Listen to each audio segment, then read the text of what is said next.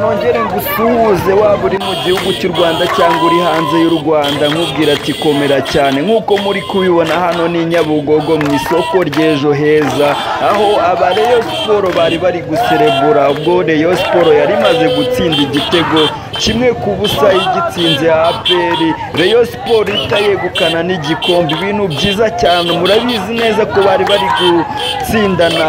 ibitego bashaka igikombe cy'amahoro nk'uko mubizi igikombe rero kikaba cyatashye muri Rayon Sport ibyishimo by'abanyarwanda umudamu murabona ukuntu ari kubyina neza imbyino nziza kandi ibyino z'ibyishimo nk'uko mubizi abanyarwanda bahora bishima